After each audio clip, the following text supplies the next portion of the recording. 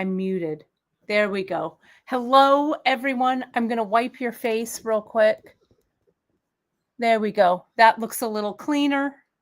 I was closing some windows because I had I think I had the YouTube broadcast on, and all of a sudden it's like, too many. All this music is playing. What's happening? Sometimes my brain feels like there are too many browser tabs open. It's great to have you all today. Today, we are working on the Lola earring. Oh, good, Janice. Does your face feel better? Right? Awesome. Yes, Marcia, welcome. We are going to be working on let me add this to the stream. We're going to be working on the Lola earring, though I do have some chat that goes on beforehand. So we'll get to the chat and then get through the chat, and then we'll get to the project. I've got some things to share with you this morning. First, it's Rosh Hashanah. Happy Rosh Hashanah. Is that right? Do you say happy Rosh Hashanah? I guess. Lashana Tova, right? And happy fall, y'all. It just turned fall. It's still, yesterday it was 98 degrees in Fresno. Really? Really? It was warm. There's going to be a little bit of a cool down, but then we go up a little bit, and then we'll really have some cool weather. I don't know about you, but I am ready for sweater weather, as we like to say. Oh, let me plug in my computer here. It's telling me to plug. Yes, and thank you, JP.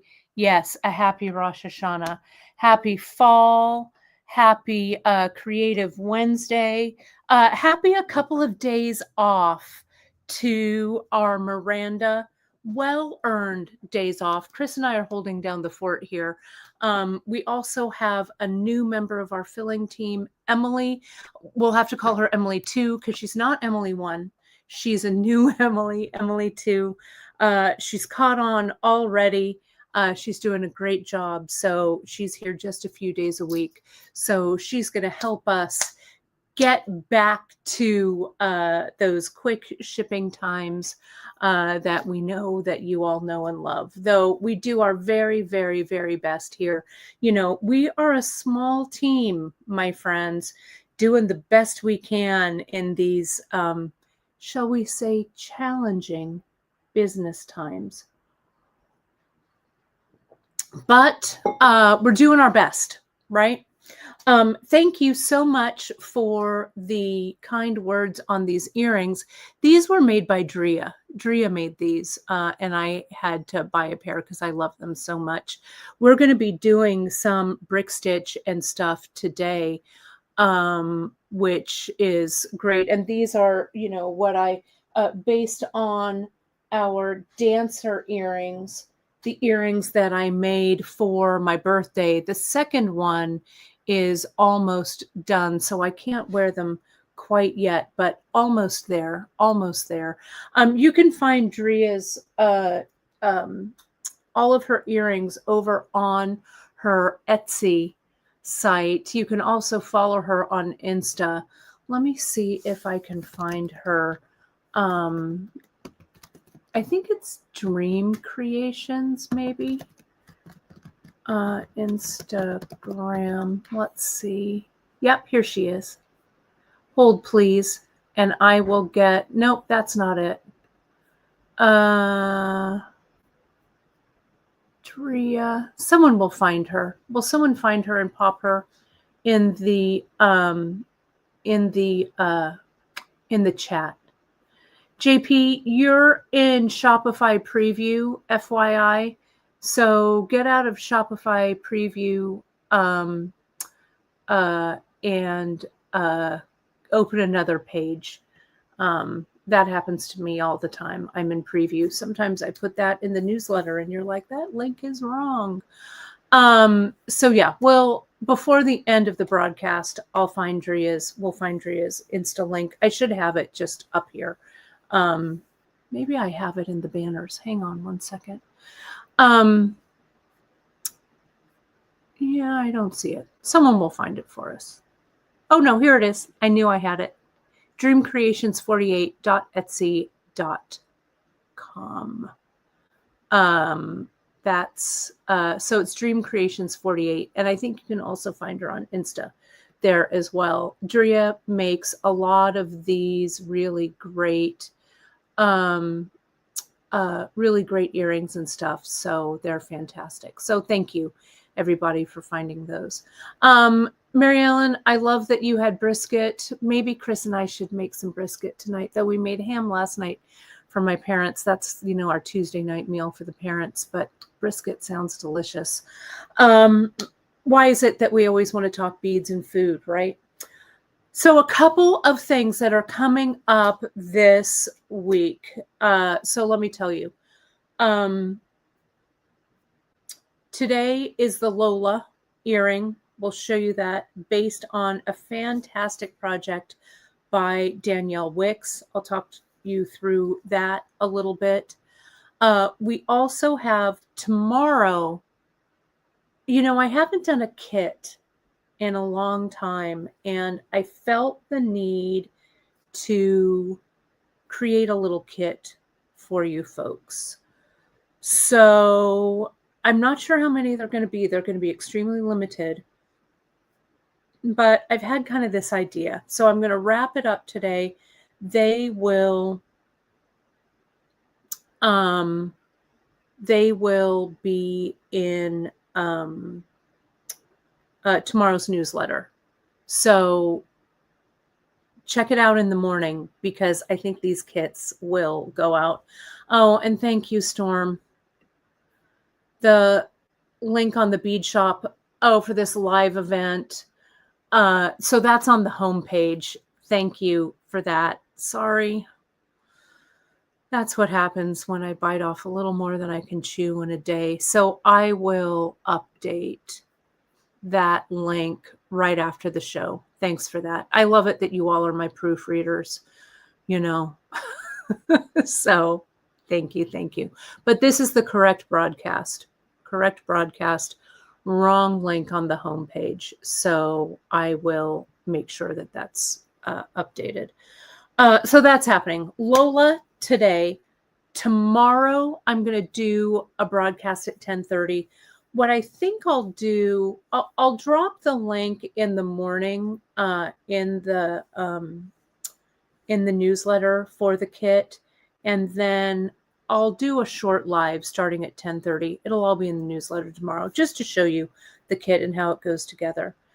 On Friday, we are going to be we're bringing back a project that I've seen on all my socials that was really popular about a year ago. And I'm not sure if it's because it makes such great holiday gifts or whatever, super fast, super easy makes. We're going to do that on Friday. So I'll be on with you Friday. Then Saturday, I know, again, bit off more than I can chew, but whatever. Saturday in the morning, we're going to do a stitch in. You folks grabbed the fall carnival mix that I made last week. I'm going to do a bead embroidery stitch in on Saturday. Okay. For, with this kit. We're sold out of these, but it'll be fun. Some bead embroidery. Tune in. I've got some cool ideas. So we're going to do a stitch in. We haven't done one in a while. So that's happening. On the class front, we've got some other things.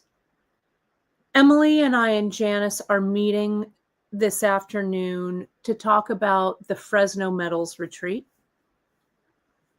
Mark your calendars. It's going to be the last weekend, Friday and Saturday, April 24th and 25th of 2026. Okay. That Sunday, the 26th, I'm going to hold an open studio at my studio here in Fresno. So you'll also have the opportunity to come to my studio, take a look. There's a lot of other cool stuff happening around there. So we're going to have kind of an art day on that Sunday. There's a couple of really fun, like vintage places we'll go to. So we'll do like a little Fresno tour there. So that is, again, mark your calendars. It's going to be the 24th, 25th, and 26th. All of that info is going to go out towards the end of this week. The cool thing is it's going to be at the place where my mom and I quilt in Clovis, California. Clovis is a great kind of little town that has really kind of retained its Western flair. And so we're taking deposits for that. So that'll be up. Janice has also mentioned, thank you, Janice. I was going to mention that next. Beaded comb and headbands on October 11th. Janice still has a couple of spaces. So if you'd like to join in, you can head over to the East Coast Gathering and sign up there. Janice has all kinds of fun things in store for you on the 11th of October. Just a couple of weeks. It's crazy. We also have some information that's coming down for our East Coast retreat. We've got it. We've got a date. We've got a place. It's going to be amazing. So that information will be coming.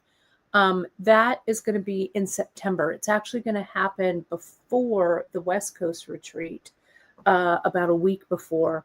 So Janice we'll have all that information. So we're going to be taking deposits because we need to secure our spaces with deposits. So we want to get deposits from everyone. So we kind of have an idea about how many people are coming. So that's happening. Then I also have some news on some virtual classes for you. We have talked about doing some sewing content here. So our very first piece of sewing content is going to be on Saturday, October 26th. I think that's the right date. Let me make sure that's correct. 25th. Sorry, not the 26th. It's going to be that Saturday, the 25th. And what I'm going to do is it's an introduction to your sewing machine. What I'm going to be doing with these sewing classes, because that's a precursor if you don't know how to sew. It's a precursor to a tote bag class that I'm going to give a little further down the line. The fun things about these sewing content is that all of these are going to live on a platform that you can access. They're not going to be public.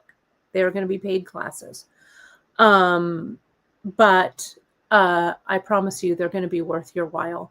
You'll have access to them so you can go back and view them as much as you want. They'll be interactive via Zoom so you can ask questions. It's going to be a lot of fun. So this is the kind of the beginning of that sewing content. The signups for that, again, will be out very, very soon. Janice is looking over looking over the all of the stuff. Janice, I don't think those are the right dates. We weren't going to do it over October. So let's double check those dates real quick. I think it's going to be earlier in September, before or early in September, right after the East Coast retreat. I think those are September dates. So let's double check those. So yeah, the sewing classes are not going to be super expensive. right? I want them to be accessible for everyone, but it is extra content that needs to generate an income. So, yeah, so we'll have that. So stay tuned to your newsletters. Some of you who were following me on my socials saw that I did a class this weekend with my dear friend Laura Wheeler, who comes to help us out at the Fresno Fiber Arts Guild. She did a face painting class. So this is the piece that I painted in class this weekend. I want to give a plug for the Fresno Fiber Arts Guild. They are my home fiber guild. They're amazing. So this is what we learned in class. I urge you to jump over to the Fresno Fiber Arts Guild website if you're anywhere in California and are looking for a cool guild to join. They're great. We have meetings once a month, September through May, and they're really, really terrific. So the bag that we're going to be making, one of our first projects in Kate's sewing school, is going to be a bag that's very, very similar to this, probably a little bit shorter, a little bit of a shorter tote. But it's really fun to create. I'll show you kind of my foolproof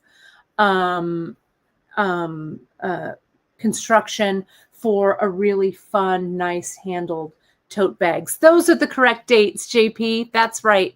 The correct dates for our fall retreat are going to be September 25th through 29th, 2026. So we've got a lot of in-person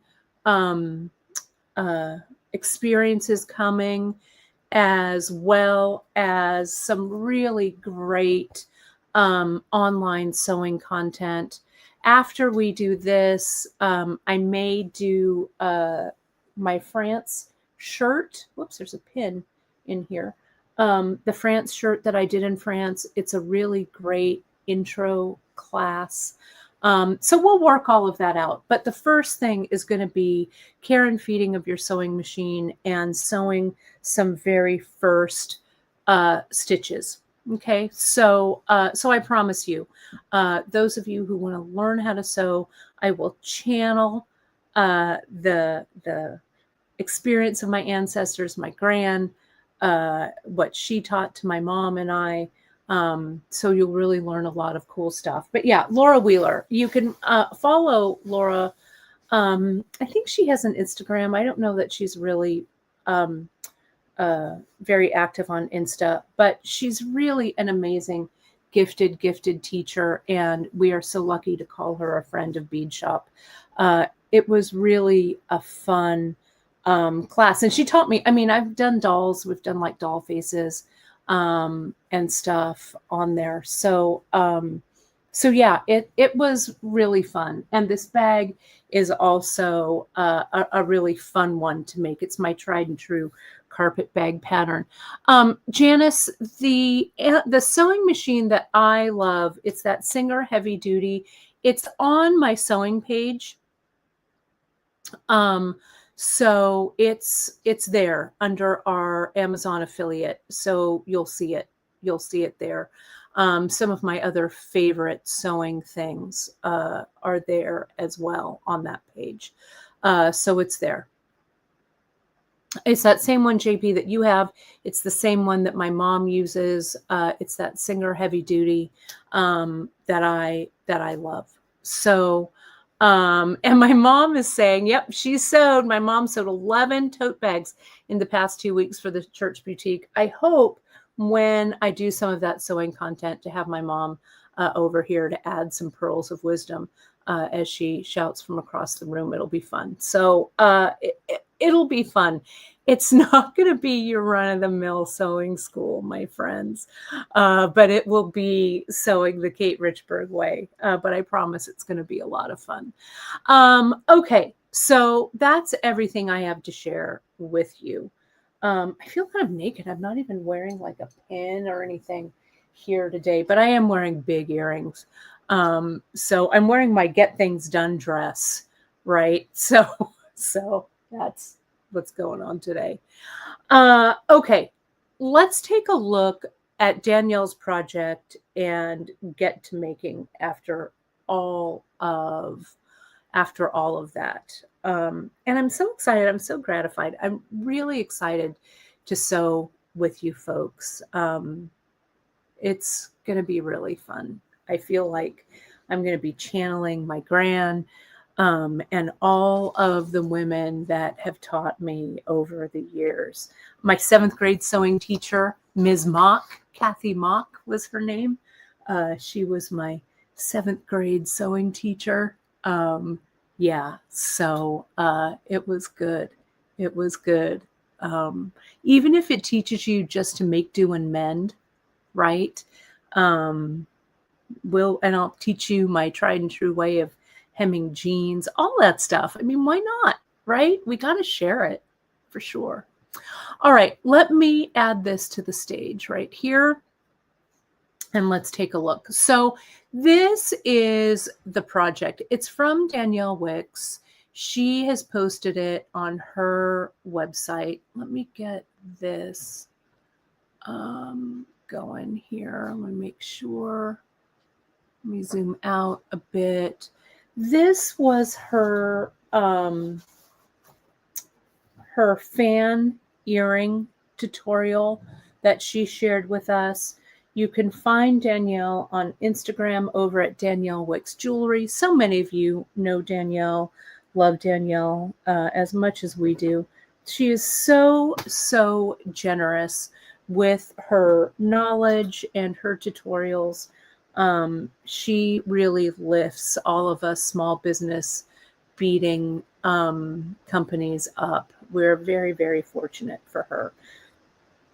She gave us the permission to download and link this tutorial right on the project.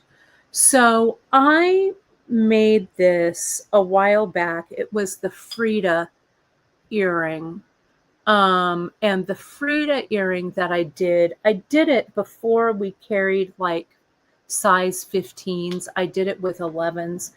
The cool thing about this project is you can kind of adapt it, and I'll show you how I've kind of adapted it for what I'm using it for, what I'm doing. But it's a really great place to start. These crescents, we do carry some of these in on beadshop.com. I use them on the Frida earring, but for the Lola, I'm going to do something a little bit different. Now, this Lola earring is named after a contemporary of Frida Kahlo. She was a Mexican photographer, Lola Alvarez Bravo. And when you see photos, a lot of photos of La Maestra Frida, she took a lot of those photographs and was a contemporary and a very trusted friend of Frida. So that's why I named this earring Lola. And so it's an homage to her. So this project, and I've listed everything that we're using. So let me just go over it. Oh, I'm glad, Kelly, that you got to be able to grab some of those duets. You know, let us know. Janice and I were talking about doing another duets kind of a kit. You know, it takes a lot of work on our end, but they're really fun to kind of put together. And with the kits that we do with those, we do them in 10-gram tubes, which are more like this size, rather than the 20 to 22 grams here. And it just makes it so much more affordable.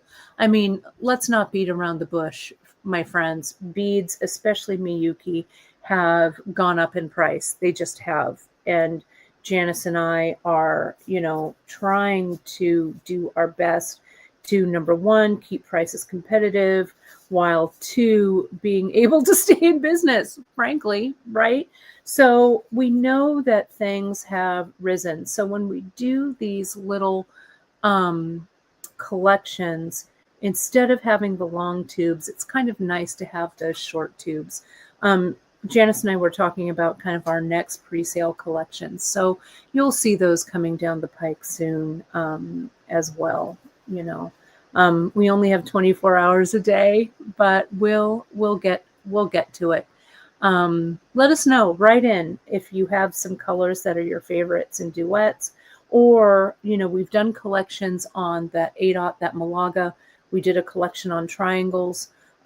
We've done a collection on the super duos and the gem duos. So let us know if there's another sampler collection in shaped beads or not shaped beads or whatever that you'd like to see, because we love doing those little samplers. It just takes some time. So the beads that we're going to be using today, okay, Danielle calls for a lot of different colors in this earring. And I'm sorry, I went kind of cheap and I printed this in black and white. So do forgive me, but in the handout, which is in both the Lola and the Frida earring pages, it is in color, but I thought I'd save on ink. So here she tells us the breakdown of what we need. I used a little less because I wanted them to have a little more of a monochromatic color. So for 15-aughts, oh, sorry, there's a mosquito in here. Yeah, that's kind of making me crazy. Oh, yeah, we sure can, JP. The new Matubo, it's a new ginkgo in the new Matubo frozen finish. We're going to launch it with Danielle. We have a project coming, and it's available in October. So yes, more on that. Thanks, Janice, for mentioning that for sure. That's going to be fun. Danielle has a great project for it. And ginkgos are going to be a new shape that we're going to be launching. I also really want to launch paisleys as well. So we'll see. One will probably come after another, though. If anyone, you know, cash flow, money, I hate that part of it. I want to win the lottery so we have unlimited funds so I can carry every single bead that we want to carry. But I promise you, we'll get to it. I promise. Okay, so Danielle says 15. So I went with 15s. This 44.79. This is the Moody Blue. That's up there at the top. And then I also incorporated it there in the bottom. I'll show you how I do that. She also tells you to use 11-aught seed beads, 3 colors. I actually just went with 2 colors here. I went with the light bronze and the matte champagne. This matte champagne is both of these are 2 of my favorites. So you can see I used it up here. I wanted something to really say fall, right? And I think this says fall. So I used that up here. She also said to use 2.5 millimeter fire polish rounds. You could substitute 8-aught triangles. I just substituted 8-aughts for those. And I used 8-aughts she tells us 3 colors. I just used it in the 2. This is the Amber Picasso and this 44.92. I'll tell you what that one is. That is the Duracoat Dyed Opaque Cognac, which is this one. And then she tells us for fire polish to use a 3 millimeter and a 4 millimeter to have it do that kind of nice, flare. In the 4, I used umber, and in the 3, I used Picasso Opaque Red. And those guys are right here in my little dish. So you can mix and match with these bead sizes as long as they are approximately the same size. Okay, that's kind of the secret with this. I was also thinking about making this earring a little bit longer, but instead, what I did was I used, instead of using this crescent, which you could, right? The crescent, though, covers up some of the beads. So I wanted to see all these beads in this. So I got this hammered teardrop that I'm going to use. Okay. I auditioned some others from our collection and I just couldn't decide what I wanted to use.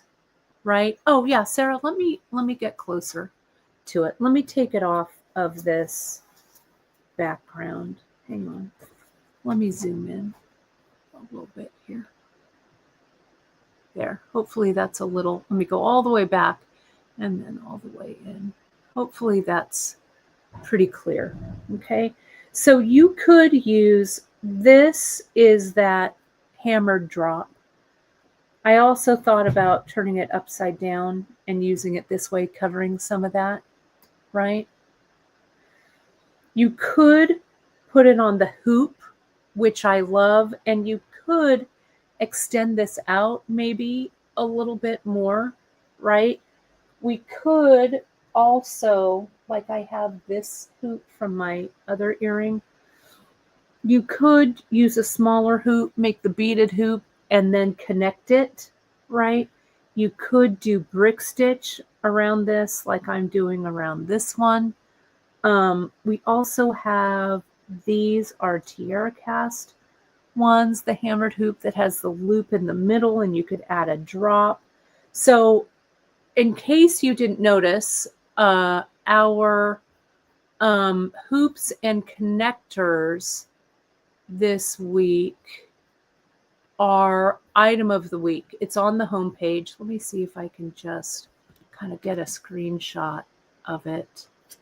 I'll put this, hang on. Let me grab this. Let me grab all of this. Hold, please. Let me put it up here. Let me load this. Our hoops and connectors are marked down 10% off this week. So they're already on sale. So we also have, and that's on sale through Sunday, 9/28/25. We also have our September sale. When you spend $25 and use the coupon code September 10th, you save 10% on your purchase. So you can stack those because the hoops and connectors don't need a coupon code, right? So you just enter September 10 at checkout. And then, of course, right on the homepage, there's a link to Lola, this exact piece that I'm doing. So I wanted to show you folks that. All right. So let me show you how I do this. Yeah, I really love this first teardrop because I want to integrate this all into the piece. So Danielle's directions are very good. You can download her directions, but I'm going to walk you through it here because I want to show you a little bit about how I changed it. And I love when you take our patterns, and I know that Danielle loves it too, that you can kind of take the base of the pattern and kind of play around, you know, with making your own substitutions. So this is what we're going to do here. We're going to ladder stitch together 10 stacks of 2 15-aught seed beads. I know, 15-aughts. That, and what I did for the Frida earring, instead of this stack being 15s, I think I used 11s, and it worked out fine. Okay. It the ladder stitch, and then the 11s, you start to do the herringbone stitch. So I'll show you that. That comes across there, and then you do a couple of rows, 3 rows of 11s and 3 rows of 8s, and that is what creates this fan. Once you have this fan, and I'll turn it around so it matches. Once you have that fan, and that's what's going on to like right there, right? Then you can really improvise what's going on down here. I followed her directions and went with the fire polish. So we'll get to that part in a second. We do the 3mm in between, and then we do a couple of rows of 4mm, and then we do a little picot down there at the bottom. What I did was I filled in the picot. You get a little tighter. I brought those 15s from up there to down here to kind of tie it all in. Okay, so instead of finishing with just a 4mm there and a 4mm there, I used a 3mm and some 15s. So I'll show you, right? It's pretty simple. And Curtis, I think it would, for sure, would it create the fan by starting on the hoop? 100%. That's a really great suggestion. I don't know why I didn't think of that, but you could brick stitch. What I was going to do here is I was just going to attach this after the fact, but if you do your brick stitch here on this hoop, right, I think that we could, I think that would work. Okay. Why not? So let me show you. Let me start with the 15s. You'll have to bear with me while I pull all of this together. I had my fire line here a second ago. Let me grab some more and we'll get it going. I'm going to use fire line, though you could use other things. Let me make sure my fire line matches. I think I used gray. What's this? I think I used it in 6 pound. I'm sorry, 4 pound is what Danielle, I think, uses. Hang on while I'm looking here, because I think that here we go. That's it right there. I did it in smoke. I put the fire line, though, in crystal under on the project because I thought crystal maybe would show up less. But since I started this in smoke, that's what I'm going to go with. Okay, so don't worry. I'm also going to use a size 12 beading needle. That seems to work out. So let me go ahead and cut using my Xeron snips. And I'm going to cut about a wingspan, I guess, so I've got enough to work with. And we'll go ahead and needle that thread. Now, last night, for some reason, when I was working on this project, I was working without really good light. So I see in the light of day a couple of places. See here where I have this big piece of thread right there. So, oops, make sure you're working in good light. I'll weave this in. When I weave in, I'll come back in and weave, and I'll kind of catch this thread and weave it in. It's not the end of the world, but make sure you're using some good light. Okay. The Frida, I probably did use KO. Probably because we didn't have Fireline then when I did it, right? I think that was probably the reason. But KO will also work, right? Definitely. So here are these 15s. Let's see. I'm going to ladder. I still have paint on my nails from painting this weekend. Very nice. Nice look, Richburg. Working hands, everybody. I'll get back to manicure someday, but not right now. Too busy. So here we are. Yeah, I'll show you, JP, how I weave it in later. I'll show you how I do it. So I'm going to put my two 15s, very tiny, the tiniest of beads. I'm going to leave myself a tail of about 3 or 4 inches, and I'll go back and up through that ladder stitch. Actually, with ladder stitch to begin, you put on 4. Sorry about that. Let me put on my 4. I go up through. Let me see if I can stay in camera. Hang on.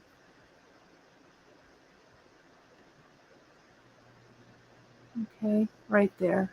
Let's see if I can stay in. So here it comes. There's my 2. All right. So now I come down. And for future reference, I start the pattern at about 43 minutes into the broadcast. So write it down for your notes. Ellen will timestamp it so you can get to that part right away without all the chat, but what can I say? I like the chat. So there's my 4. Can you see that? Hang on. Let me get in. These 15s are so flippin' tiny. Can you see that? Like that? Okay. Now we need to do 10, so that's 2. So I'm going to put on my next 2 for brick, or for ladder, rather. Ladder is the start for so many different stitches. Oh, see? You gotta clear your space so you don't get this. For Pete's sake, come on. Get that out of the way. So here's my next one.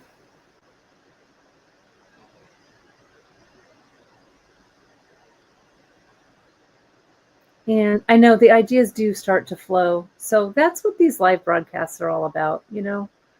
The ideas just flow.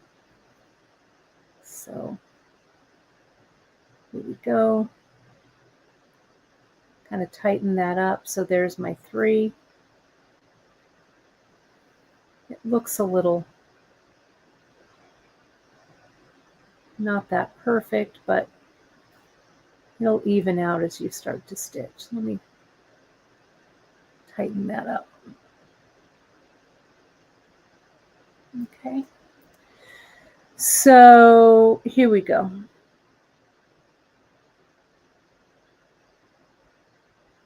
Here's 5 or 4, I think, and up. So you go up through the one before, and we've brick stitched a lot on this show. Down to this one.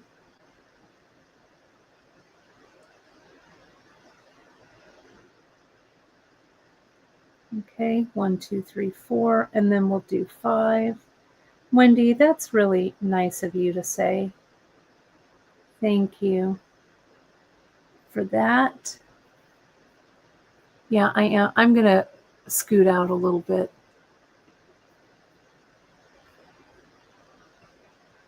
It's hard to stay in frame. There we go. All right.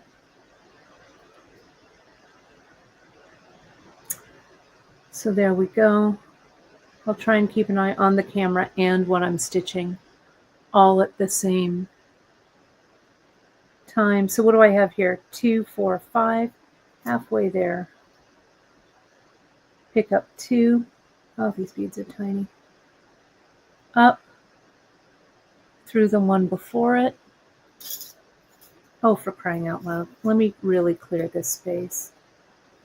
I was talking to someone today in an email about how to not tangle your thread. And I said, the first thing that you do is clear your space so you don't catch on things. And I am not listening to myself. There we go. Okay. Let's get rid of this. All right, that should be better.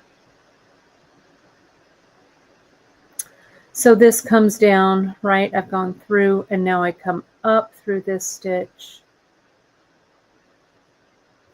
Like the same stitch that Emily used with the bugles for her fishies, right? I have seen, those fish have gone viral. I got a email or a text from my friend Abby over at the bead place. And she's all, Kate, one of your viewers is in my store and and is talking about the fish, and she wants to show it to me. Where is it? So I texted her. It was awesome. It was awesome. 2, 4, 6, 7. We love it. We love sharing our ideas. We love sharing our techniques. It's fun. I love seeing all the fish that you folks are working on. I love it. 2, 4, 6, 8. 2 more. 2 more rows. So after this base row, we're going to go into the herringbone stitch. Okay. And it's going to be a 1-drop herringbone. It could be a 2-drop, but we're going to do it in the 1. Okay. And down. Now I can go through and reinforce this little place, this little bit, but to connect these to this hoop, I'm going to have to be stitching down into here anyway. So I'm not going to do that, right? If this were just, you know, like this or under a clamp, like the Crescent or whatever, I would probably reinforce it, but I'm not gonna.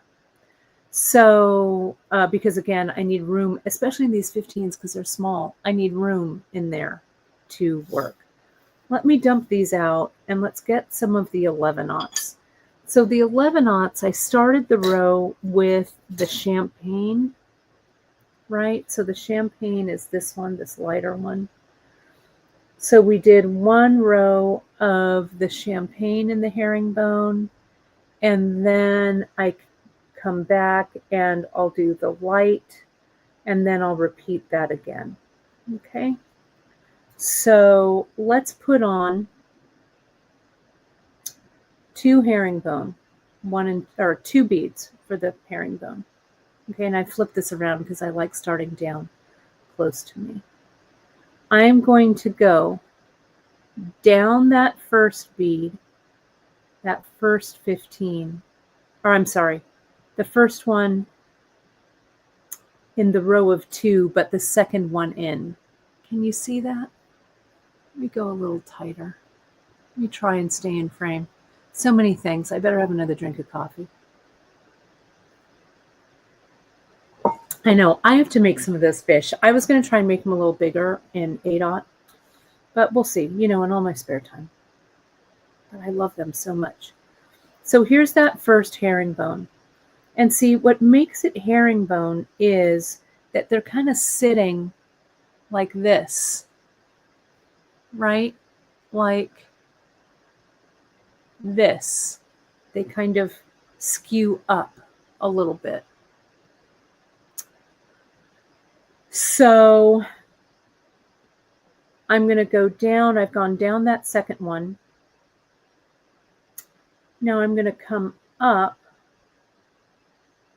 And we have some flat herringbone projects on Beadshop. I'm going to go up that first one in the next pair, or the third one over. Okay. And I'll put on 2 more, 1 and 2.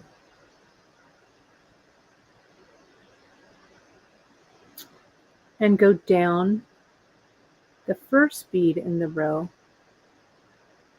the one next to it. Okay. Like that. And kind of tap them, tell them where to go. Herringbone, especially this first row, can be a little unruly, but see how they're sitting in like little rows of V's there.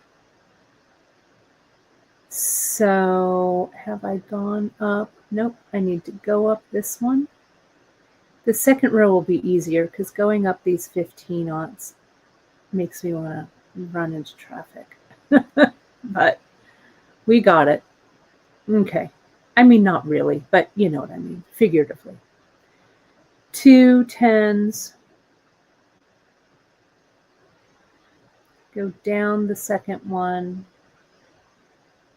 These would also make great Dia de los Muertos earrings. We could put a skull on the top, right? This would also kind of look like a mantilla if we put it on the top of the skull. Come on, I can't get this through. There we go. There it is. Okay. Let me go out just a little because I'm stressed about going out of frame. You've seen it up close a little bit. So here's this. Get it to go into that V. The first row is always the row that gives you a little bit of sass, right? This is one where the beads are sitting a little far apart, but the herringbone will bring it together. Herringbone, your base row always needs to be an even count of beads because you put that herringbone on in groups of 2. Okay, there we go. Right? Yeah, orange beads for the marigolds. I know, it would look really good. I'm going to try and get, so I had some really wonderful testers do some tester patterns for me for my kind of Dia de los Muertos brick stitch piece. And I hope to get that project up soon. That was my goal. October's going to be here before we know it, so I got to get that project up. Janice, don't let me forget it. I need to show it to you. I know, poor JP. She's always the last to know. Sometimes with my projects. Let's get this coming up like that. There we go. And like that. There we are. And now let's do our last grouping. Again, it's kind of slow going with the 15s on the bottom, but once we jump up to the 11s, it'll be better. Okay, so here's that. All right, now this extra thread here, we're going to weave in. I'm not going to weave it in yet because I might need it later. Okay, so I'm just going to leave it for now. So now I'll get in a little closer so you can see this. Okay, again, it's a little wonky, but don't worry about that part, right? So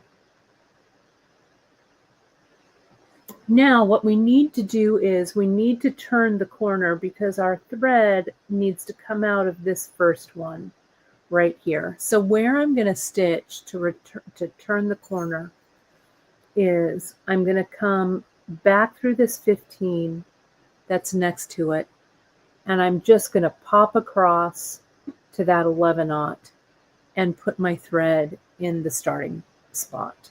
Okay, so I'm going to go back to that second one in the row below, right there. pull that through. And now go to this 11 and come up. If everything loosens up a little bit, just tighten it. Get that tension back. There we go. Okay, so now I'm ready to do a second herringbone row across this way. Okay, now these, the herringbone, they're not connected. Can you see that there? There's no connection here between these groups. The connection between these groups happens when you put the row on that's above it. Okay, and these will all sit nicely on my second row. I'm not going to worry about it too much. So let me put on 2 11s, 1 and 2. Okay, then I go down that first, the second one in the first group of 11s. So see, now you can really see how that sits nicely.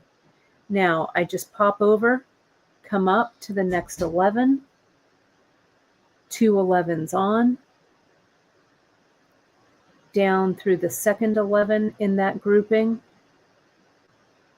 They make up really fast once you're not dealing with those pesky 15s. But 15s look so good. They just add a tiny little bit of color. And sometimes you just need that 15. You just do. I go down. So see, look at this row completed really quickly. Make sure you're not catching. That's what I did. I caught my thread around the earring when I was beading in the dark. I don't know what I was thinking. I got a lot of lamps, little lamps and stuff, right? So here we go.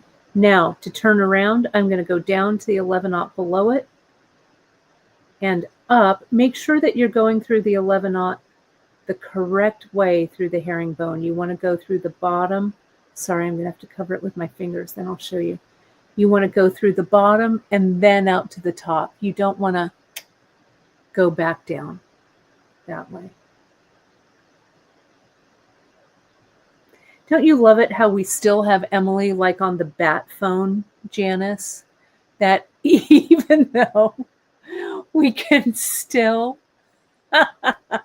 she's like the beading Batwoman, right? We can just call her, we can put out the bead signal and Emily answers. Thank goodness for you, Em. So here that comes. Now we'll do, oh, and see, look, I've got a knot. Come on, a knot there. So here's my second row. We'll be done with these in no time. So now from there, this is where that row connects, right? Can you see that? It connects it over in the row below. Now two of that champagne. And I think I did 4 rows.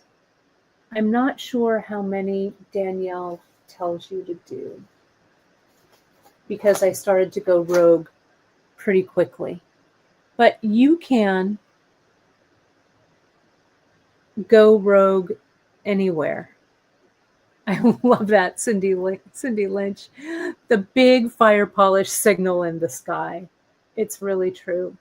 I have a giant fire polish bead. I'll have to bring it here. It was one of those like samples, like traveling salesman samples or whatever. It's really beautiful. It's giant. It's gigantic.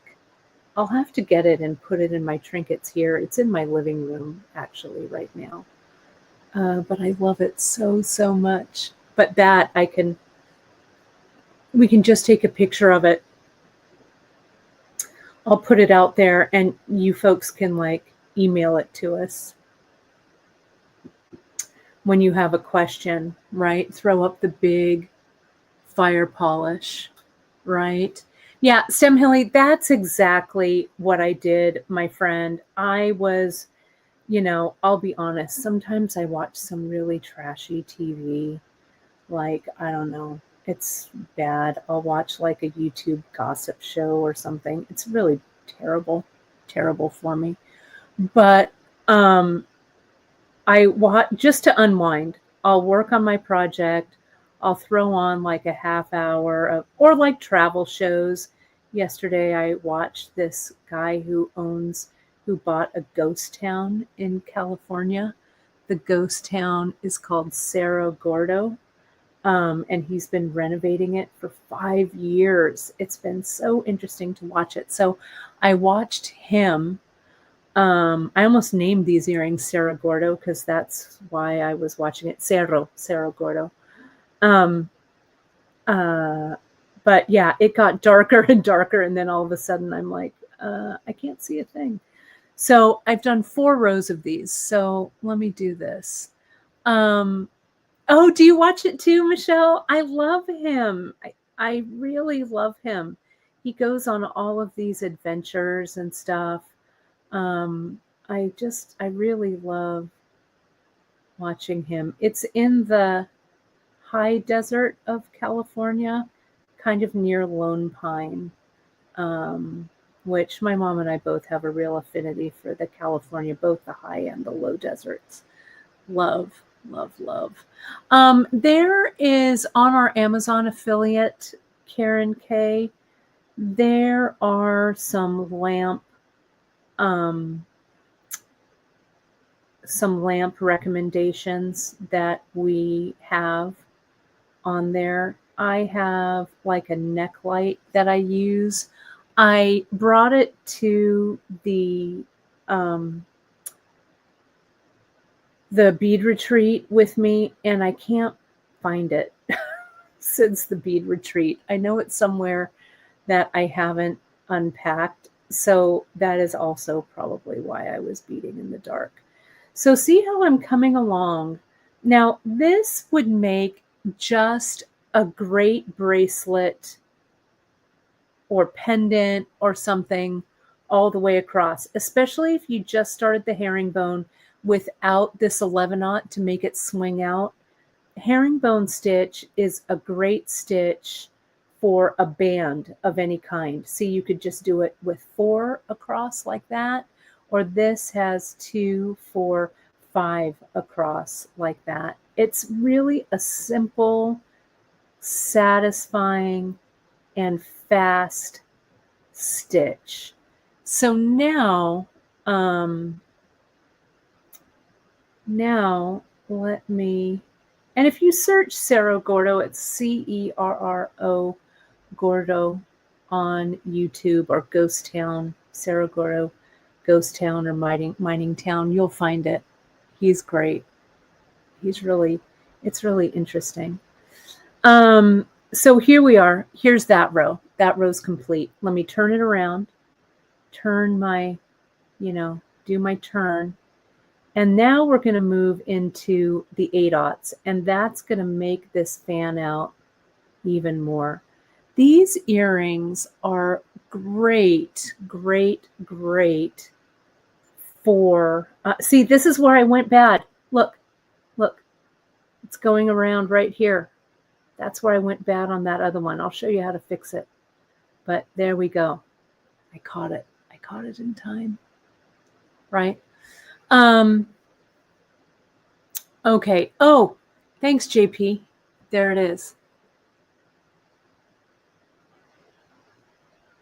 Cerro Gordo Ghost Town. It's so good. It's great. So now let me show you this one. This is where the more of the fanning starts to come in. Okay, we're going to switch from these 11s to these 8s. So we're going to do a row of this Duracoat. Oh, let me look at the color again because I cannot remember what it is. Hang on. Duracoat dyed opaque Cognac. That's this one, $44.92. And then we're going to go to the Picasso Dark Amber Transparent. I feel like this Picasso Dark Amber is a real sleeper in the bead world. It's a Picasso finish, but it's on transparent. Let me show you. So it has a hint of Picasso, but it still has a light of that transparent. And you know how we feel about Picassos around here. Just gorgeous. So let me scoot back just a little. Yeah, when I was using it, I was like, wow, we haven't used this in ages, and it hasn't seen a lot of traction. So I thought it was perfect for this because it also, if you look here on the side, right, you can see there's a glint of that blue. So that's where I picked out that moody blue to kind of go with that Picasso. So the first row I did this other one, what the heck? Why can't I remember anyone's name? This is the Dyed Opaque Cognac. That's what this is. $44.92. Let me dump out a few more of these. You can, my friends, totally go on your own color adventure with these. We carry so many different ADOTs. So you really can kind of decide what it is that you like. But I thought that this was a nice fall color palette. So let's pull up 2 of these 8s, herringbone it, go through the 11, up and across. See how I'm holding it? I like to hold this piece in my non-dominant hand, and I always turn it around so that I start the herringbone here to my right. Whoops, go up there. Here to my right and work to my left. That works for me. I am right-handed, but if you are left-handed, you would just, depending on how you like to work, you could hold it in your right hand and work in the opposite direction. Make sure also that when you're going through the bead below that you're entering the bead from underneath, right? So like I'm doing here. So you just kind of have to tap them to tell them to get into order. So see here, I'm going from underneath that bead below. If you go from the top, it's going to be funny, right? It's not going to stitch correctly. So here's this, these 2, and down. Okay, so you can see there's the flare. So I'm going to do one more row with just the Picassos next. Okay, 2 plain rows. Oh, let me turn this around. Goes through that 11. Now the 11 seems small because I've been using 8s. Go through that 11. Go up through that 8. And here it is. Okay. So now I'm ready. Let's get 2 of these Amber Picasso. Down the 8. Keep your tension taut, not too tight, but keep it consistent. Keep it tight. You don't want these to be flappy around, right? Get that in there. Is that right? I've gone through there, down and up. Yep. Looks a little different in the 8s. I go down like that. Go up. Put on your 2. Go down. Up put on your 2, go down,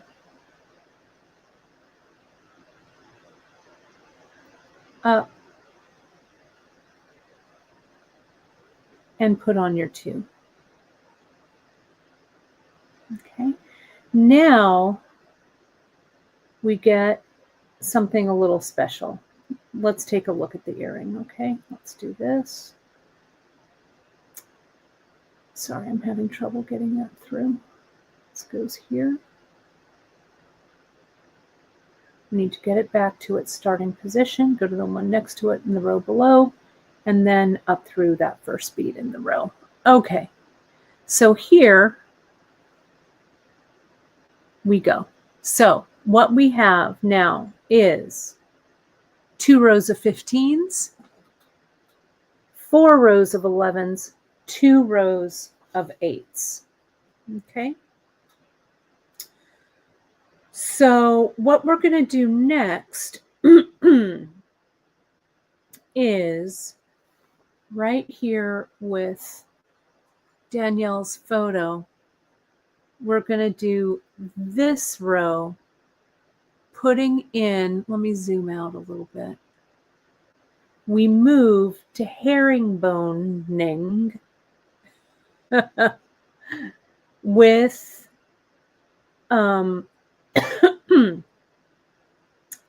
the 3mm fire polish. See that right there? That is this one. Okay. So what we're going to do is, let me make sure I'm not going to steer you wrong.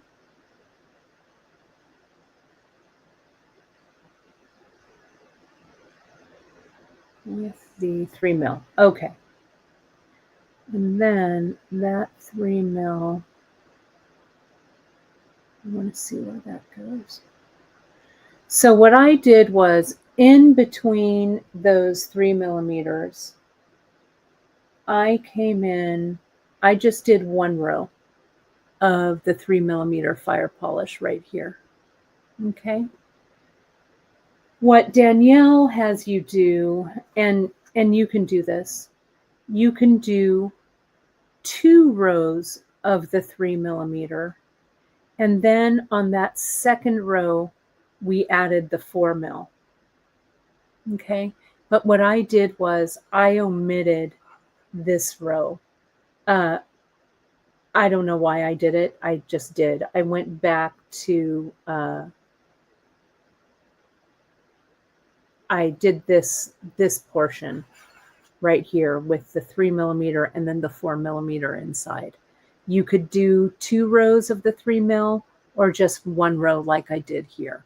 I felt maybe I was getting a little long. Maybe I wanted this to nestle up kind of close. I don't know. It was last night, whatever my reasoning was. But I think it works fine. And then I'll show you how I deviated this bottom row as well. Okay. So what I did here is I came in with my 2 3mm, and I did that herringbone stitch like this. What Danielle had you do is, like I said earlier, go through and do that herringbone stitch all the way across, and then coming back another row of 3mm, then adding the 4mm in between. But what I did here was I picked up the 4mm on that little leg that goes in between, and then I tightened it down. I think that's what I did. Let me compare it.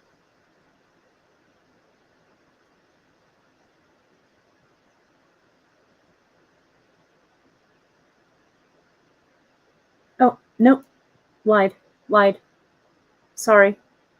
Looking at that close up. I'm like, I don't think I did that. Sorry, I should have taken some notes. This is how easy it is to pull it back. I actually did. Can you see here? Let's forensic. this back in. See, here's the Duracoat up at the top. There's the other one, the amber. Then here's my third row. And what I did here, this is how I deviated. In between, I put on one of these 8-aughts. So let me show you. So what Danielle tells you to do next is, like I started, do those 3 millimeters. What I did was I did another row of 8-aughts instead, right here. And then, whoops, oh, it would help if I threaded my needle. And this is what I say when, and you may want to follow Danielle's instructions if you haven't made these before so you don't confuse yourself. But it really is adaptable to, as long as your beads are kind of the same size going down, you can alternate or switch your beads up. So I used this color, right? I went through, and then I wanted a little more beady goodness here. So that's when I added one of these beads in the other color to go on that little leg that's in between. Let me get this through and then I'll show you a little closer. So see, here we go. Here's the 2 I put on. And instead of just hopping from the bottom of this bead to the bottom of this bead and coming up, I added an 8-aught in between. Okay. You could add something smaller. You could add an 11 maybe to pull it in tighter. I don't know. I just thought an 8-aught was the right thing to do, so I did it. Okay. And you can see how that sits. That's that bead right there. Right there. Okay. So this goes on 2 of these guys. Back down through that 11, or sorry, that 8 right there. Not leaving that open, a bare bead, but putting on the transparent amber Picasso, making sure that I don't go around my piece there. There we go. 2 of these 8s and down. 1 bead in between. I wanted to have it to be an alternating color. You could even introduce a third color in here. Like if I really had wanted another pop of blue, I could have used that bead that's going on the little leg in between. I could have used a moody blue 8-aught there. That would have looked nice. But, you know, see what you have. Play around with it. There's that one. And so now I finish up with one of these, come up, finish that leg with a bead, and finish the row off with 2 of these guys. There we go. Turn the corner, go down, up,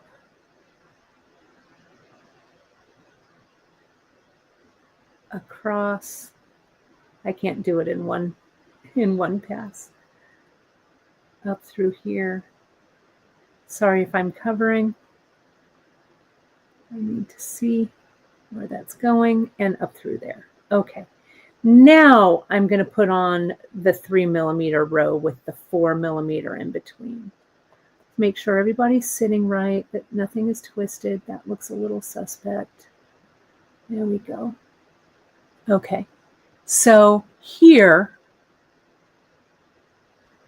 Now we're on this row that I did. See how I did 2 of the 3 mils. Now I could, if I wanted a little more space here, I could have just done 1 row of 3 millimeter and then a second row of 3 millimeter and put this 4 millimeter in between coming back on that third row.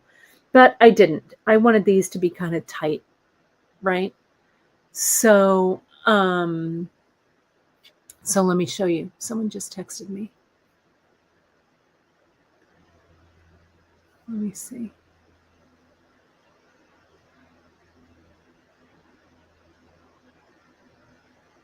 Okay. There we go. Sorry, just needed to make sure I didn't need to put out a fire. All right, let me, is this in focus? I can't tell. Maybe it's because I can't see. You know, let's try and focus that a little bit more. That's a little bit better, I guess.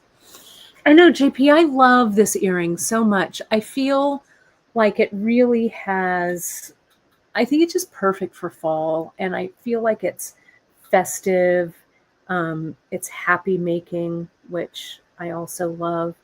So let's put on 2 of those 3 millimeters, okay? And we're just going to herringbone those 3 mils. And I think why I came in and I put that 4 millimeter in between was because I put that 8/0 up there. I really had a lot of space here. So I felt I needed to close it up. So I closed it with that 4 millimeter. You could also close it with a couple of 8/0, whatever. But look at how that 4 mil just sits so nicely. Let's get this 3 millimeter, herringbone it. I'm using it like a verb. And across and up. We're almost done with this, my friends. Right? Get it in there and see, look at that swoop that we're getting. Right? And yeah, I thought the blue, so if you look on our homepage, I took this inspiration. I'll show you. I took this inspiration right from the new banner that I made for our September coupon. That's exactly where I took this inspiration. This moody blue really feels like September sky to me, right?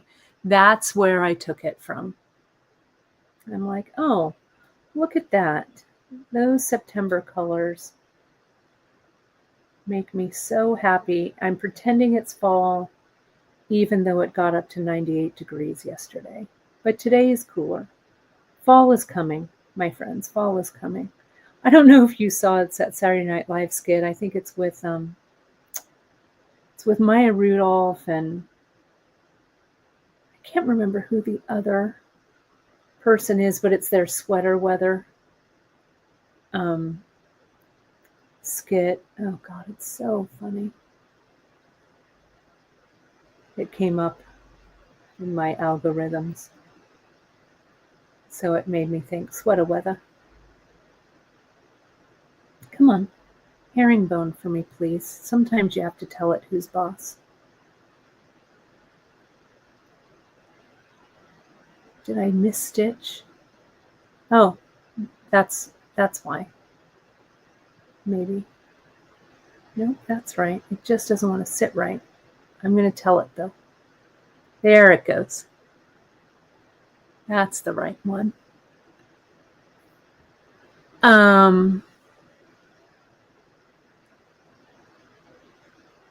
And then I go across here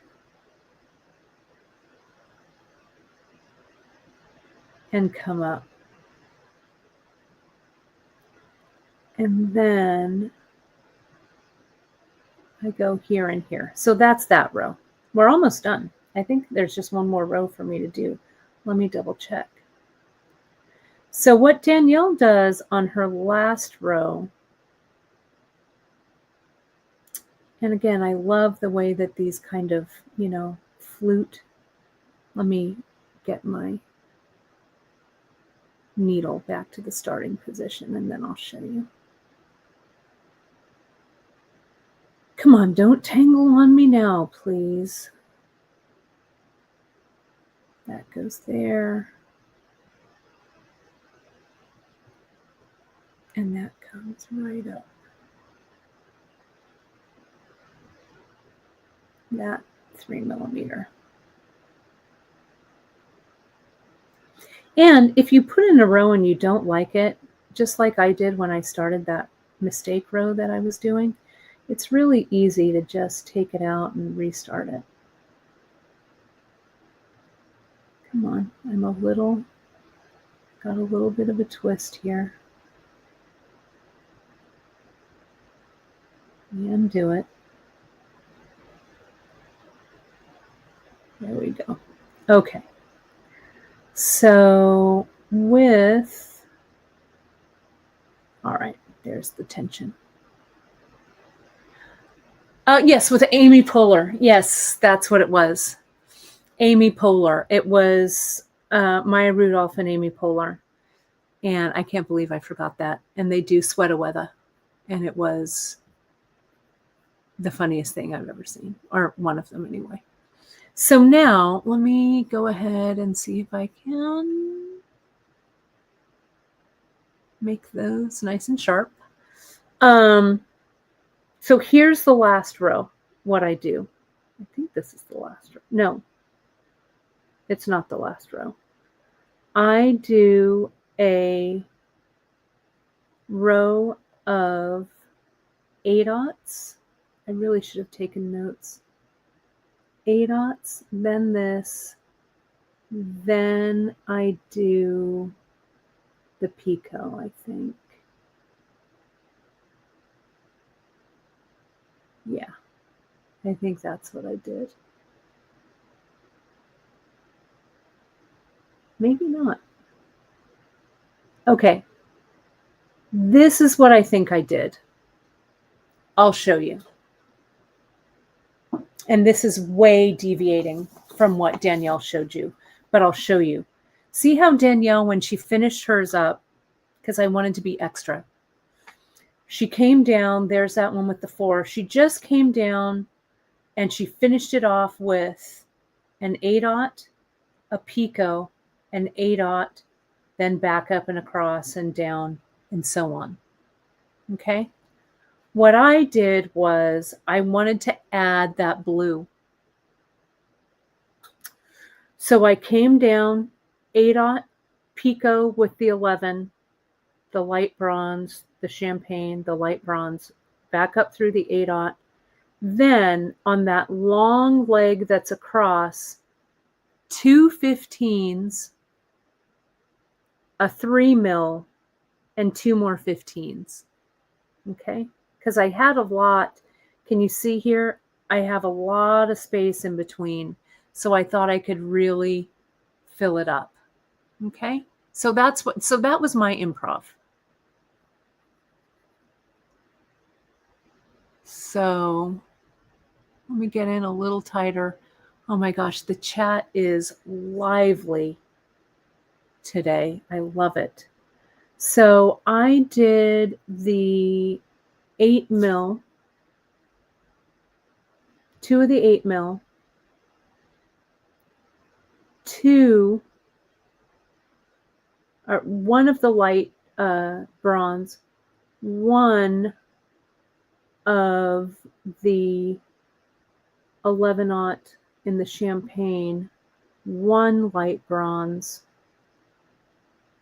Sorry, wrong order. Just 1. 1 8/0, these guys, then another 8/0. Sorry.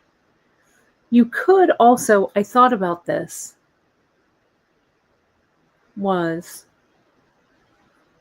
I thought about using a Miyuki drop here. I also thought about using a Miyuki drop here. I also thought about coming back through the picot, making another long loop with the 15s, 15, maybe 15, 11, maybe 2 15s, 2 11s, a drop, 2 11s, 2 15s. So I had one more big loop at the bottom, but I thought I'd stop. But I think that the drops, I may make another pair of these with the drops because we've got 1, 2, 3, 4 spaces for drops there. I don't know. You could keep going. This could be like a giant ruffly earring that you wear and go to flamenco dancing and have an amazing time, right? So here's that end. So I'll go through, right? So we've got the 8, the 3 11s, the 8, and those 3 11s make up that picot. Okay, so here is where that leg lies. Now, what Danielle did was she went up and over through this 4mm, right? Like this. I wanted to fill in a little bit more below, so that's what I did. Okay, so let me just make sure that this tension is right. So again, instead of going up here and down and picoing, I just went across. And what I did was 2 15s, a 3. Where's my 3mm? I put them to the side so I wouldn't catch them. And now I've lost them. Hang on, here they are. Here they are. Let's get some more 3s.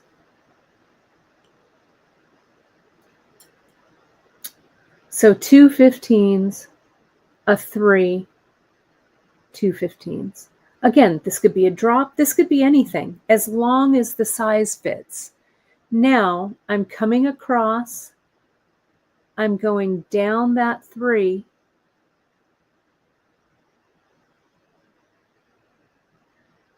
See there, it fits in there.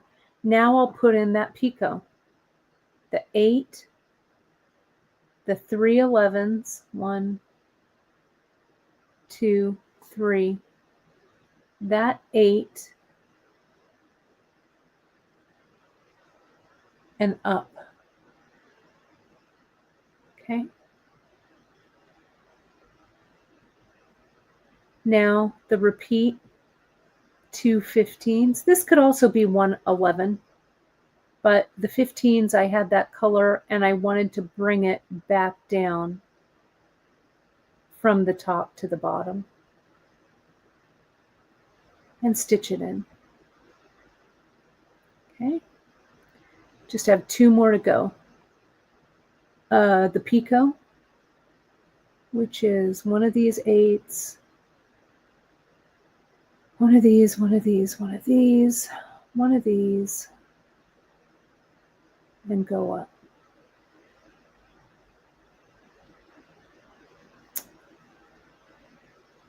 The 15 layer, 2 15s, a 3mm, 2 15s, and down.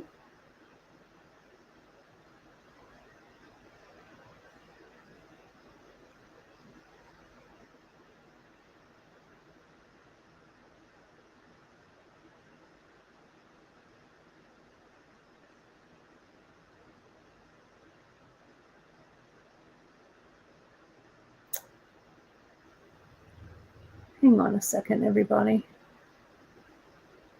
Let's take a look at this. Again, remind me to take notes. I'm just looking at how this looks right here. And see how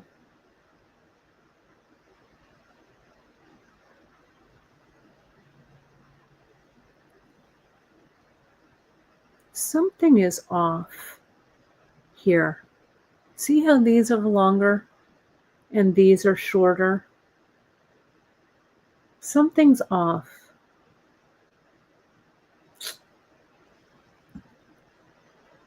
Hold, please. If it's worth doing right, right? I'm going to take these out. Something's not right. Well, I'm going over a little bit, but that's just how it is. Let me see. Let me give this a little bit of forensic. So I feel like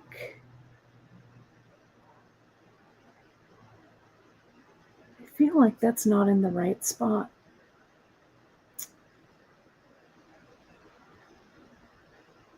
I shouldn't have woven that other one in. You know what I'm going to do? Let's cut it. I know. It's what I get for not taking notes. I'm going to cut this one, and we're going to take a look at my thread path.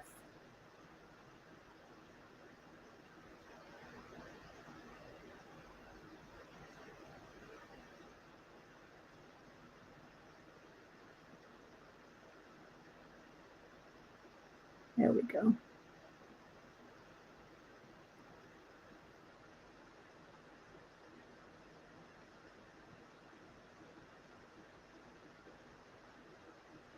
Okay, here we go. I'm not afraid. I'm not afraid to cut this up, and because again, this is a great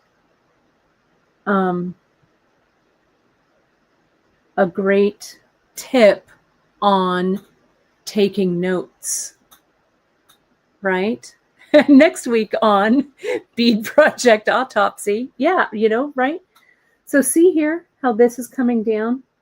This is showing me that, and see how these are connected right here? I came in and I went across and added another row here. So let me show you. So this is not right. So I'm going to take this apart. So that goes. See how this is connecting these picots and that one in between. That's what that's telling me. Okay.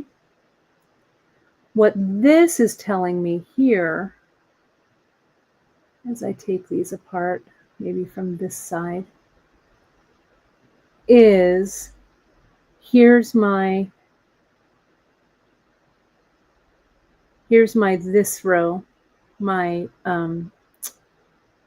8s, and then I went in and I did those 3s and I went across.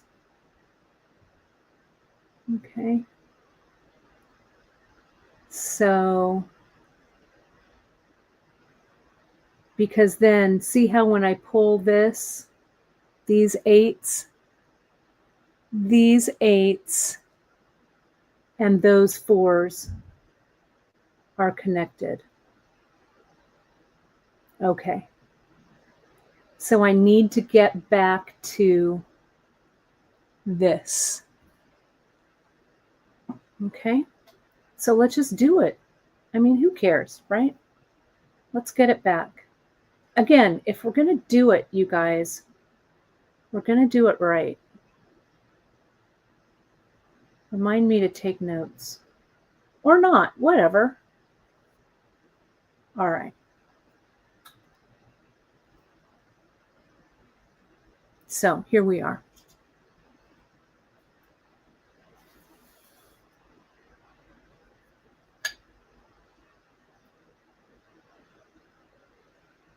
But it also shows you, what this shows you is, and thank you, Terry, for that comment. I love that we're looking into this. I'd be so scared to do that. Thanks for showing that it did not explode into a million bead missiles. It's really true, especially with this stitch. And now, look, I still have a bunch of this thread. I've got a bunch of this thread. I can always weave thread in, so it's not, yeah, or take a video, JP, right? But it's not the end of the world, right? So yeah, sometimes it's hard to remember that thread path. So now, and this is also a good reason for making 2 of these at one time. So whatever you do on this earring, we would do on this earring, right? So let's come in. So I know now I have to add these 3s, right? So let's do that. So just to backtrack, though you could improvise, the other one didn't look bad, but it wouldn't have matched my first one, right? So I'm going to come in, and we have 15s, 2 rows, 4 rows of 11s, 1, 2, 3 rows of the 8s, and on that last row, on the row in between, I added that 8/0. So now I'm just going to put on 1 row of 3 millimeters. Okay.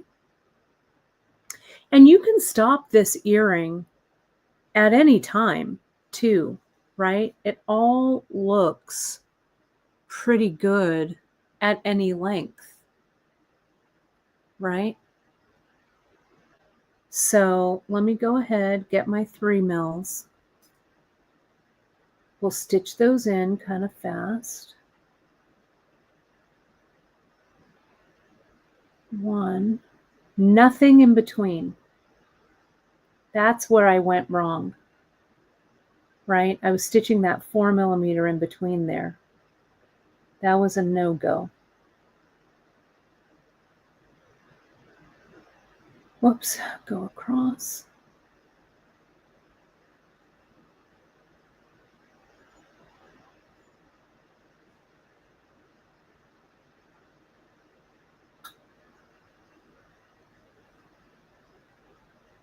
Oh.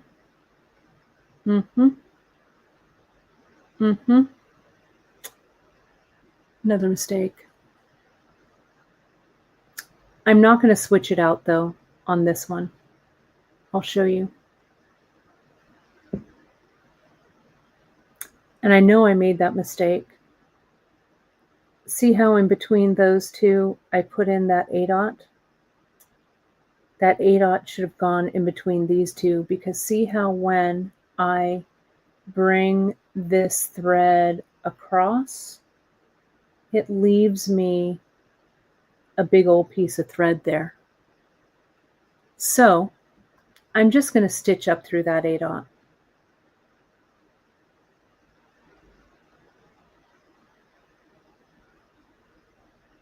Let me re-needle this.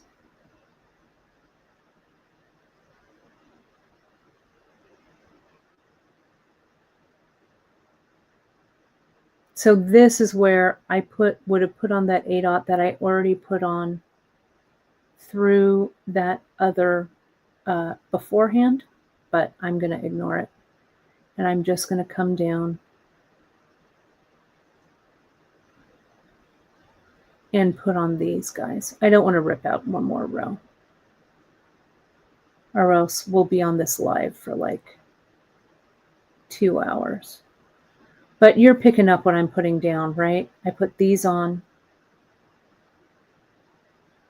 I could also just put another one across, which would be fine. But I want it to follow the pattern of the other one. I think I went down through that one and then through that one. It's all fine and good when I'm sitting in front of the TV, but when I'm sitting in front of over 100 of you. I have feet of clay, but that's all right. We'll be back on track in no time.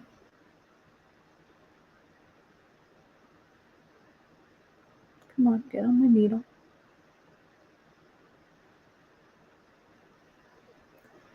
But cutting up your seed bead work, as long as you cut it and you have a little bit of a tail and you can take it back, you can always add more thread in. So don't worry, right? And these make up so fast that it's okay, right, to take it out. Now, I think I'm back on track. Let's go ahead and put these together and let's just compare them. Make sure this looks right. I was so excited. I was almost finished. But you know how that goes. All right, so there we are. Okay, so here we go. So see, this one, it's a little bit longer. My space is a little bit longer, but you know what? I'm going to trust that the 4 millimeter that I put in this space is going to kind of fill that up. But can you see the difference? How that A dot should have been in this row and not that row up there. But meh, not going to worry. So I think I put, let me look at the picture. Hang on, hold please. Oh, hang on. So I kind of click around here. Let's look at the picture. Okay, so I have underneath those, yeah, the amber. All right. Perfect. So I'm going to come down. I'm going to put on 2 amber. I'm going to go up. And now I'm going to put on that 4 mil. Down through the 3 mil.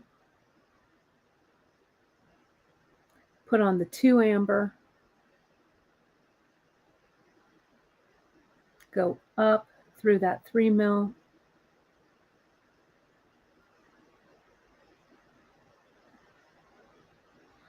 Put on my 4. See how that 4 millimeter just tucks perfectly in there.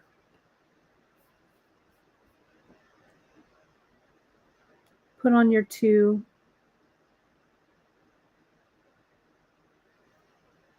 Put that 4 on the leg going across.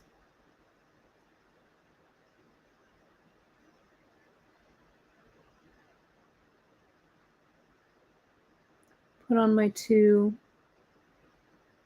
Then I'll come back with the picot and the 15s. And let's see what the difference. I'm going to quickly stitch this row in on the other earring too. And you can decide which look you like better. Here we go. And these 2.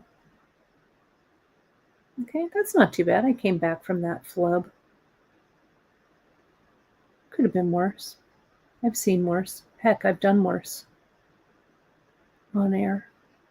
Okay. There we go. Let's take a look and see what it looks like.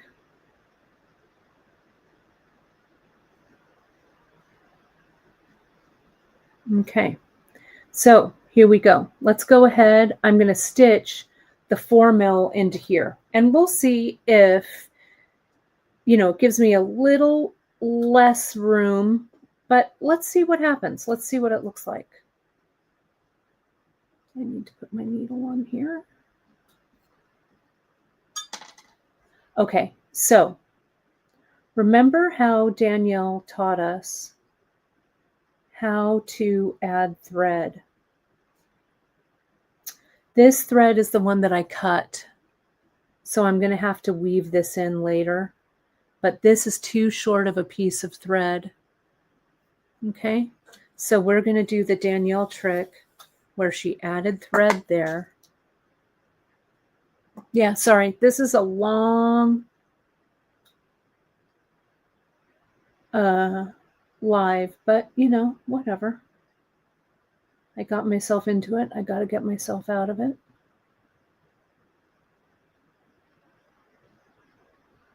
It's all right. When Ellen timestamps these, we'll have the timestamping at the bottom that shows where Kate screwed up and where Kate fixed it. So now I'm going to pull this. So what I did, this is the Danielle knot where you tie on. I did a square knot right here. I wasn't really talking about what I was doing until I was doing it. I get it in a little bit tighter. I get my thread burner and I mushroom that head down.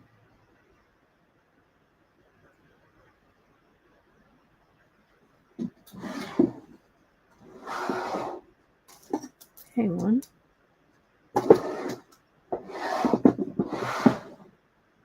My thread burners are also still packed. There we go.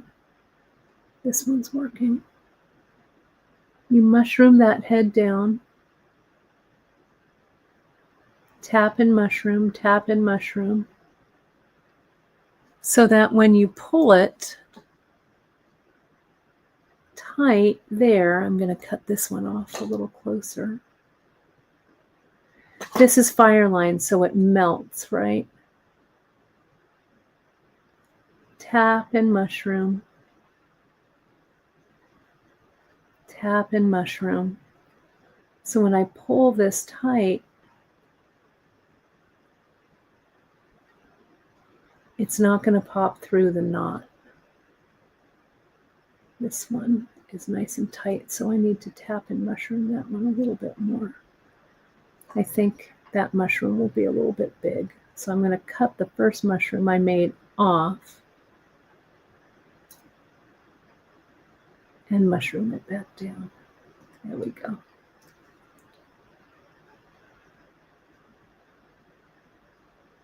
There it goes. Can you see that? There we go. So that's nice and tight. Okay. That's something I learned from Danielle. So now I have a nice long piece of thread and let me get this. Oh, I've got another needle right here. Here we go. And hopefully this mushroom that I made is going to be big enough to go through the beads, but I think it will be. We'll see. Because I'm putting on 15, so let's see what happens. Needle that thread. All right, so I think what I do here, yeah, I'm going to kind of pull that to there. This end I'm going to weave in a little bit later, but I'm going to start here. I think the bead, I need to look at the sample one more time. Hang on. The sample has, okay. It has the A dots next. Okay. So I'll come in, right, the A dots there. So I have to do the A dots here in this color. Oh, whoops, sorry. I didn't get the banner down. Sorry. There we go. Just bring this across.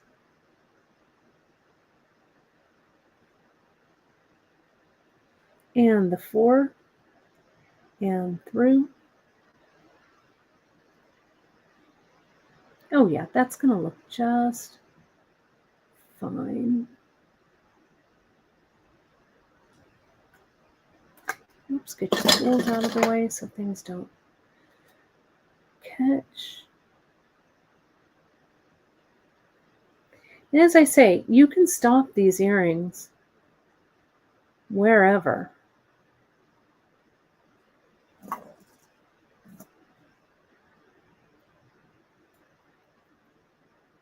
You know, however long you want these to be.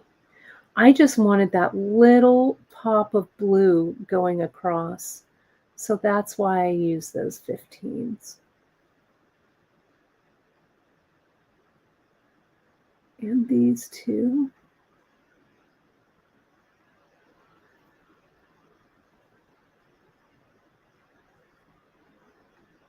And this. Finish it up with 2 of those A-dots. Oops. Oh, this is where I cut this. Not good, not good. That's okay. I will finish it up on this one. What I'll do to fix this. It's an easy fix. Not a problem. I'm going to attach another thread right here like I did over here. And I will weave the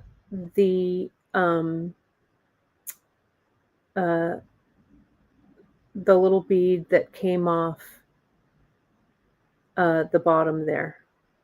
Okay, not a problem. Not worried. But I need to weave back that guy there. But I'm just going to put this one aside. Okay, it's not a problem.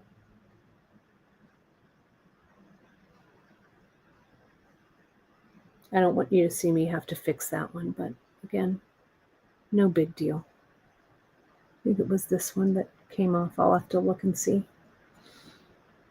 So now we're going to add the picot, this one and this one. And this is where we go across. So see, there's the picot. Sits perfectly. Now, here, here, here, and these guys. That's also the beauty of using that fire line. And if I didn't want these to go across like this on the bottom, I would have just come across and up and through that 4 millimeter. Does that make sense? So here's the picot, 1, 2, and 3, up through this one. Get that picot nice and tight on the bottom. I want to do that with this one too. Nice and tight so it sits like a picot. There we go, that looks better. 2 15s, or again, a drop. I was thinking about a drop.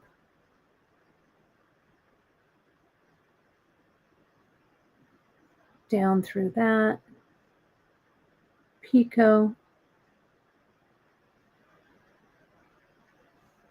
and through.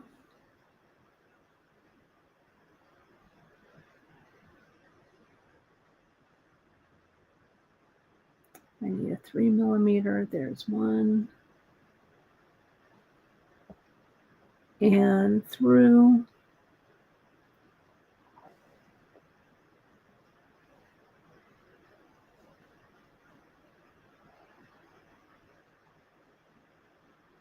And across. That I need to weave into. That's why I don't weave in any of my threads until I'm done, because you never know what bead life is going to hand you, right? So you got to be ready. You got to be ready to deflect. This one, this one, and this one. There we go.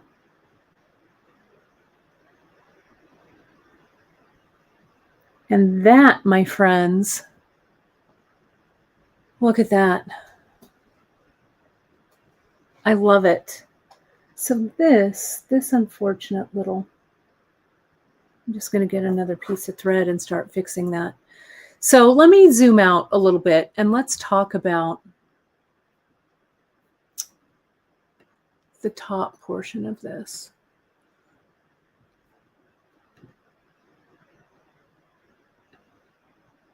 I think what I'll do for this top portion is I'm going to let this flow into next week because I really want you to see this connection and I don't want to leave you hanging. So here's this. And yeah, I'll show you how to fix the snag. And let's add this onto here. Let me see if I can find. So see, this is going to connect. So we'll talk about that next week. Okay? That's okay. The snag, did the snag come out? So with this one that I cut it and the snag went away. But let me tell you how I would do it. Okay? Let's pretend that there's a snag on this one because I want to get this needle up there anyway. I would just come in and I would go bring my needle up next to the snag. Okay, let's say that the snag was here. Let me bring this through like this.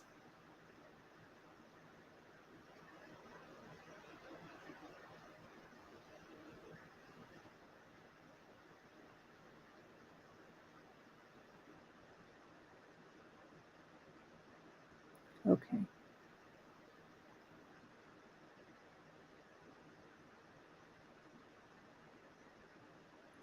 Come on.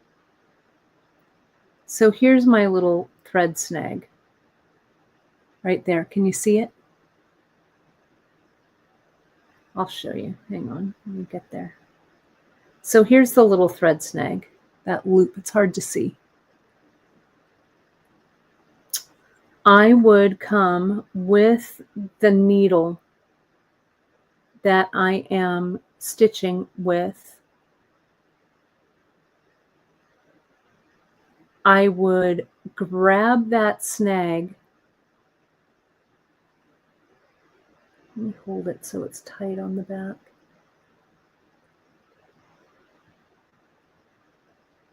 I'll hold it sideways. Maybe you can see it that way.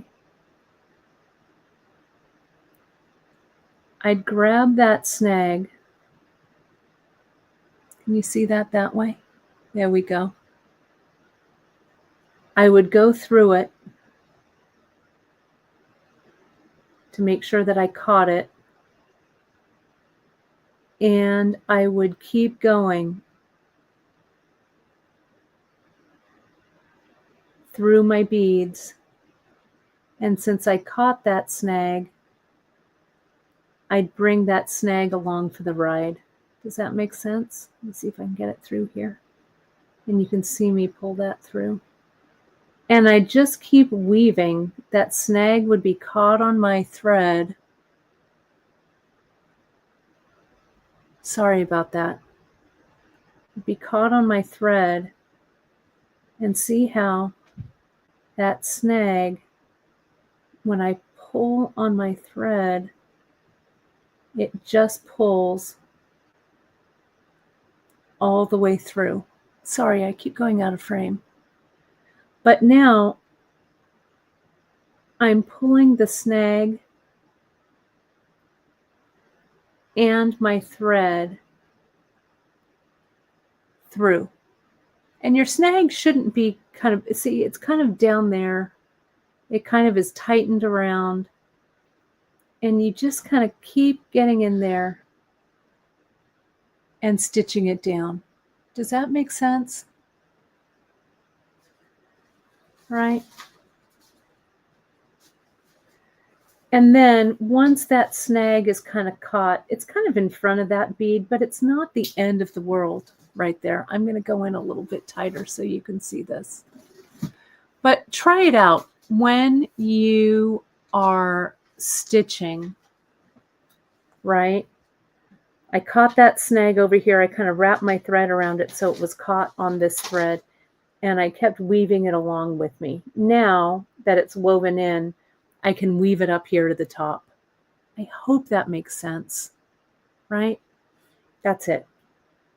So we are going to next week. Let me go out. We're going to come in and attach this part to the top. Okay, I bit off a little more than I could chew today with both of these things. I hope that makes sense. I hope it does.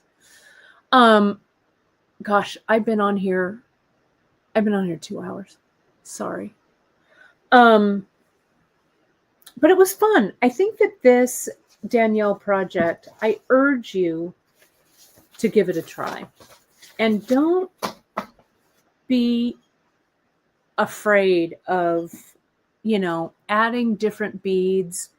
I would suggest doing one on one earring and then doing one on the other earring so you don't screw it up like I did, right? But, it shows. It shows how to fix, right? So Danielle has, as I say the list, I went through, I used a fewer beads than she did. Doing this start fairly straightforward to when you get to finishing those 8/0, right? And then here, when you start to add the 3 and 4s, that's where I really started to improvise. Just make sure what you improvise on one earring, you improvise in the same order on your second earring. Okay. Then here you can see if you want to use the crimp ends, what Danielle shows you is just add a little bit of glue and glue that crimp end onto your earring. What I'm going to do, and I love that suggestion, Curtis, that you had, is to maybe even start this with brick stitch on this side, and it would make that loop. What I'm going to do, and let me zoom in on this one. What I'm going to do here, and you can kind of play around with it if you want to until I work with it next week. I'm going to come in and I'm going to brick stitch. I think I'm going to brick stitch this all the way around and then catch my brick underneath those 15s and then brick stitch around here.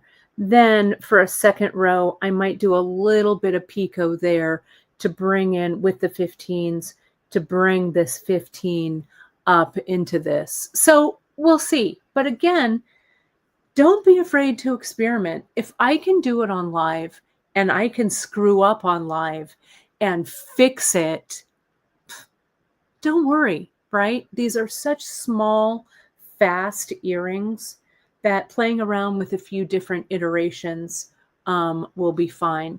Just to remind you, here on this side where I cut this thread, I'm going to do that little connection with the fire line, tie that knot, and then weave the bead in that fell off, and then come in and finish this weaving. So it's not the end of the world for sure. Try it with drops, try it with some different beads, whatever you like down there. Do remember, I'll put this back up one more time, that all of the hoops and connectors are 10% off this week. The sale ends on the 28th. So they're already marked down on the website. You can combine that with our September 10 coupon to save even more on those. And then tomorrow, you're going to see me. I'm not going to be on the screen here. Hang on. Yeah, there we go. You're going to see me at 10:30 tomorrow. We're going to be dropping a little bead kit, a necklace kit. I haven't done it in a while, so I started playing around with it. So it'll be up for tomorrow. I'll show you that. We'll have a special Thursday stitch in. Then Friday, we're going to do that bracelet project that's trending. And Saturday, we're going to do bead embroidery. So you're going to have a lot of me this week, but that's just how it is. Miranda goes, and we kind of play around. So the Lola earring is here. You can find it under the collections. Use my colorway or improvise on your own. And I appreciate you folks hanging in. You know, when we have a challenge, just like in life, we have to look at it, we have to assess it, and we have to move forward over it. That's how it is. Beads like life. All right. Thanks so much, my friends, for joining me today. I'll see you tomorrow for that special Thursday broadcast. Check your newsletters tonight for the info about the kit I'm dropping, and I'll see you tomorrow. Thanks, everybody. Talk to you soon.